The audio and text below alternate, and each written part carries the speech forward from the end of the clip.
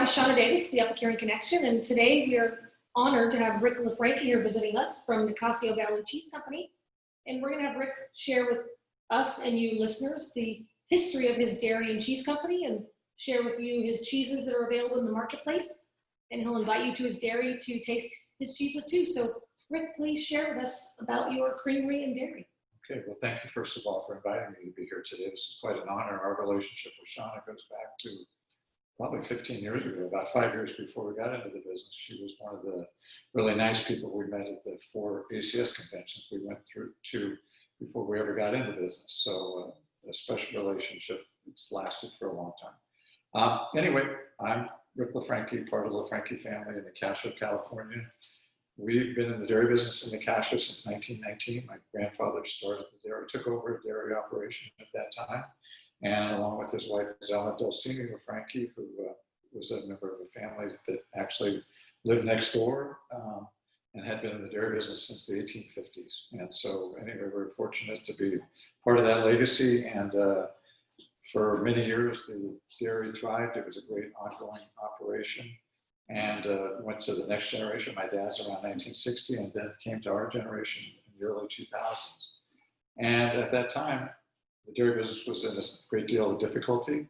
And we knew that if we were going to maintain this business for the next generation to want to be a part of, that we were going to have to do something different. Thus the idea of doing cheese. And kind of our story begins back in our home village of Maggia, Switzerland, where in 1973, on our first family visit there, since my father was a very little boy, we experienced cheeses unlike anything we'd ever had. And so my father observed at that time, he said, wouldn't it be great to one day make these cheeses on our Nicasio ranch? And we were all quite young and, listened to it, but didn't, act upon it until after Dad passed in 2002. And we then became more excited about the prospect of doing that. And so in 2004, we made our first trip back to Switzerland since 1973.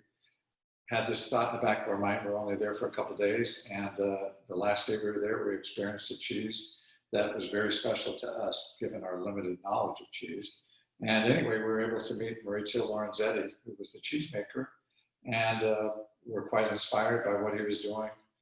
Got back with the family, talked about it, and said, if we're going to sustain the dairy, we need to add a value-added product. Mm-hmm. And so over the next 3 years, we kind of developed the idea, studied it, talked to everybody we could possibly, and then went back in 2007 through the good introduction of our cousin, Gabriele Macronelli, and he introduced us to Maurizio officially. And we spent 3 weeks making cheese with Maurizio. At the end of that 3 weeks, that in fact, we wanted to make the cheeses he was making because we felt they were somewhat different than what else was being done here. And we asked him, we were apprehensive that he would say no. And it took him about a half a second to say yes. In fact, he'd like to come over and help us get started. So we thought it would be in 2008. It was actually January 31st, 2010, when Maurizio arrived for the first time. And we started making cheese a couple of weeks later and have been doing so ever since. So all of our cheeses are modeled after recipes from Maurizio. They've been tweaked here and there, but by and large, if you're in the Val Maggia, Switzerland, or here in Nicasio, California, and you're Swiss Italian, these cheeses would be what you'd be eating in your homeland. And we have 4 cheeses here today that we brought. We have our Foggy Morning, our Locarno Foggy Morning Fromage Blanc, Locarno Brie, San Geronimo, or Raclette style cheese, and our Nicasio Reserve, which is an aged Alpine cheese. Mm. So I have some cheese knives right here if you'd like to cut into them to share with them the description of your cheeses. Sure.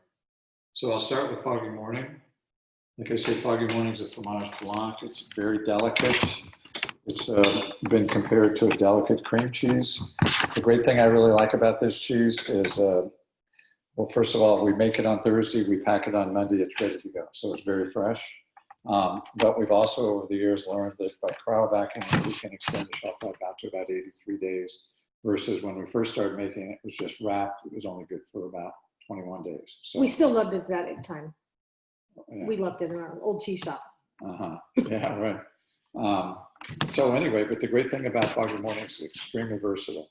It's wonderful on pizza, pasta, salads. You can stuff pasta shells with it. It's also wonderful spread on a bagel.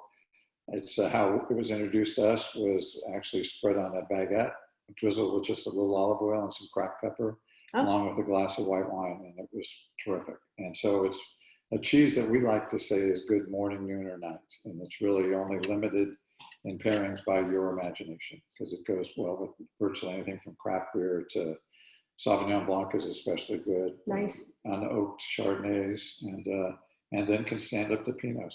We just enjoyed it the other night with the fresh peaches and honey. I love it. Yeah. Good. It's one of my husband's favorites, so it's a regular in our household. Okay. And then I got more night sweet right there. okay. And then next up we have our Locarno Brie. And this is a brie that we've been making now for about 4 years, and you can kind of see there. It starts off when it's young, it's very chalky.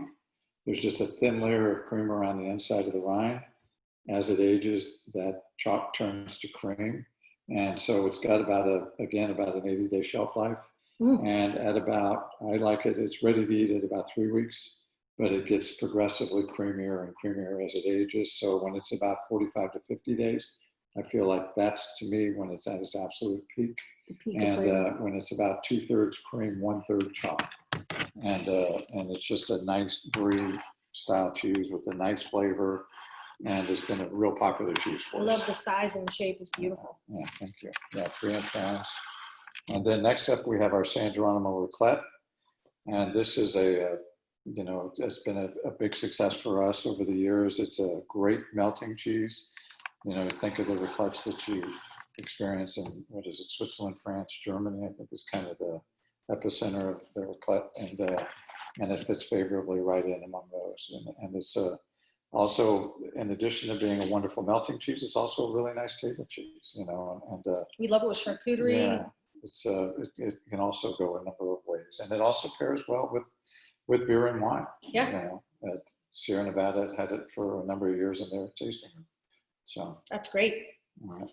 And then lastly, we have our Nicasio Reserve, and One of that's my our favorites. Alpine style cheese. We try to age that for at least 6 months before we release it to market to ensure it has the full flavor. And it's a full but pleasant flavored cheese. And this is another one that melts nicely. I've had some hotels use the San Geronimo and the Reserve in their fondue, because they melt really nicely and blend together. And so, but it has like I say, a nice, a strong flavor, but a pleasant flavor. It's got a nutty taste to it. Again, good for a cheese plate, good for a sandwich. You name it, it's favorable. So a good product. Very nice. Well, thank you for the walkthrough of your business, Rick. Amazing selection. And I have to tell you one thing. One of our customers recently passed away, and he loves your Foggy Morning, but for whatever reason, Marvin called it Foggy Bottom. And so that was his nickname for your cheese, but he would come in every Wednesday and get one. And so when we had his memorial, of course, we brought Foggy Bottom, Foggy Morning. And but he was a loyal customer to you. Yeah, I appreciate that. Yeah, it's often called things.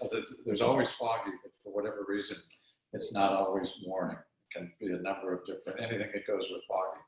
And actually, just to give you a little background on why it's called Foggy Morning, was Please. Back in when we'd made the cheese, but didn't have a name for it yet, trying to figure out what would be appropriate. And my mother and niece were talking about it, and they thought to them it was reminiscent of that first breath of air that you take when you step outside on a frosty, foggy morning. And so they thought that it, kind of reflected that. That's a great story. So that's what we kind of consider, because it's kind of got a little tang to it, but a very fresh taste and a cool taste. That would It's have been best this served morning. cold. That would have been this morning, the first morning of the Absolutely, fog. first fog in a long time. It was amazing. That was it. Yeah. So that was the name they came up with, and it's worked really effectively, because I think it's a good reflection of what the cheese tastes like and the character of it. Absolutely. So can you tell us which other family members are involved in your dairy and creamery? We're actually we're a family effort. Well, we have the dairy and we have the creamery, two separate businesses, but involved in the creamery is primarily my brother Scott, who's in charge of production and the CFO, and then also the rest of the family is involved in a little less intensive way, but my brother Randy does a lot for us. He operates the dairy, as well as he has a pumpkin patch out there and an egg-laying chicken operation. And so he's very helpful whenever he can be. And then the girls are all involved as supporters and advisors and partners, you know. So it's a total family effort. That's what I love about it. I mean, one of many things. Mhm. And maybe you can share that people can visit you. It's on the cheese, your retail location is on the cheese trail. But Right. even during COVID, you're open for We are. safe We're purchasing. open every day from 10 until 5. And yeah, we've been open throughout. Unfortunately, we can't do any tasting at this time because of the COVID, but we do have all our cheeses available for sale along with other local products. That's great. And we invite everybody to come out. It's a good way to get out of the cities and towns and get out in the country and stretch your legs out a little bit. And do you have a mail order program? We do. We do have an online sales capability, and that's at our website, which is www.nicasiocheese.com. And yeah, please check us out. And we have very favorable shipping rates. California is free. And we're Oh, that's hopeful that in the not too distant future, there'll be a dramatic reduction in our national shipping costs as well. So we'll definitely post this viewing. We'll put up your website and your logo and the cheese trail guide so people can come visit you. Okay. And one of my favorite questions of every guest is, I know that cheesemakers are very philanthropic and care about their communities. Maybe you could share what Nicasio does for your community. I know a lot of things you do, but I want to hear it from you. Yeah, well, we realize and appreciate the fact that we're very fortunate to be located where we are in West Marin. Like I say, we're the family on one side or the other. Been here as long as 100, and what are we up to? 164 years or something like that now. So the community is critical to us and something we care very deeply about. And so we support all local, you know, certainly nonprofits, all the local schools. And then we're also, this land that the creamery is on is actually land that has a conservation easement from the Marin Agricultural Land Trust. And so malt is very near and dear to our hearts. And so we, you know, certainly support them any way we possibly can as well as other, you know, regional, you know, nonprofits. I mean, we're, you know, it's kind of different right now because people can't do events, so you can't support them like you used to be able to. But we look forward to the day when we can again do those events, and looking forward to supporting all those that ask. Typically, you know. Well, that's great. And I know you guys do support the Sonoma Marin Fair, the Petaluma Fair, the Sonoma County Fair, the 4-H. I could just keep naming them, and that's just from me knowing when I see your cheeses on the table. So I think during COVID, we'll all make it through, and Sure. But we're seeing some virtual tastings. Have you done any yet?